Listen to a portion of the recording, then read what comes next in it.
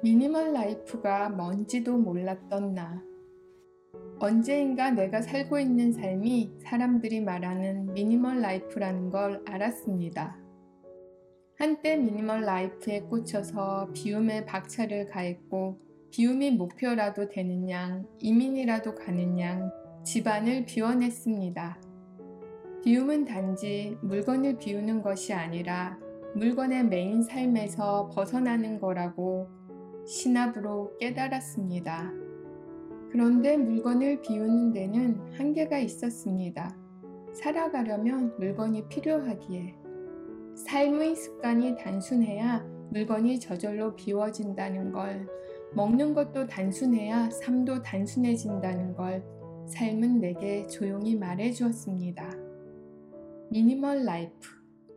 한때 입에 달고 살다시피 많이 쓰던 말이었지만 이젠 잘 쓰지 않는 말이 되었습니다. 간혹 의사소통을 쉽게 하려고 쓰긴 하지만 유행처럼 번지는 미니멀 라이프와 내가 살아가는 미니멀 라이프는 조금 다른 모습이었습니다. 그리고 알았습니다. 저마다 생각하는 미니멀 라이프가 조금은 다르다는 걸. 저마다 자신이 생각하는 미니멀 라이프로 누군가를 규정한다는 걸.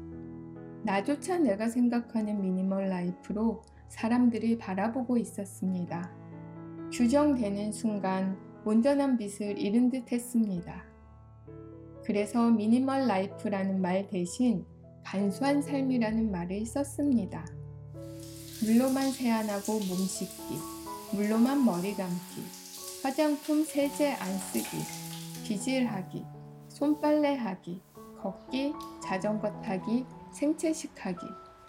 내가 살아가는 삶은 단순히 물건을 비우는 것이 아니었습니다.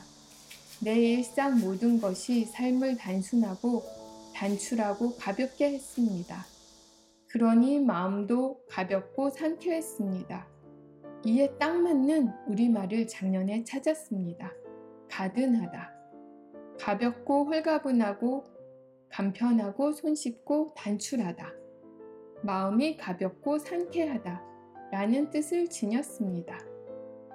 그래서 내가 살아가는 삶에 꼭 맞는 가든한 삶이라는 말을 사용합니다.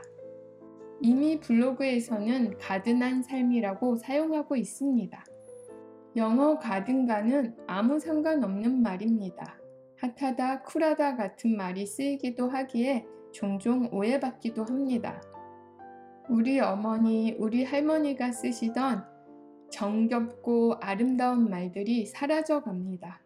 안타까웠습니다. 되살리고 싶었습니다. 우리말에 흠뻑 빠져들었습니다. 우리말에는 따스한 정감과 깊은 얼이 있습니다. 줄임말, 외래어, 신조어, 유행어가 우리 삶에 쑥 들어오면서 우리말이 점점 사라집니다. 다소 생소할 수 있지만 사라져가는 우리말을 되살리고픈 마음을 살짝이 담았습니다. 잘 사용하지 않는 우리말은 처음엔 생소하지만 쓰면 쓸수록 정겹습니다. 가든한 삶, 이제 낯설지 않기를 바랍니다. 내가 원하는 삶을 내가 원하는 언어로 살아갑니다. 가든한 삶을 즐겁게 살아보아요.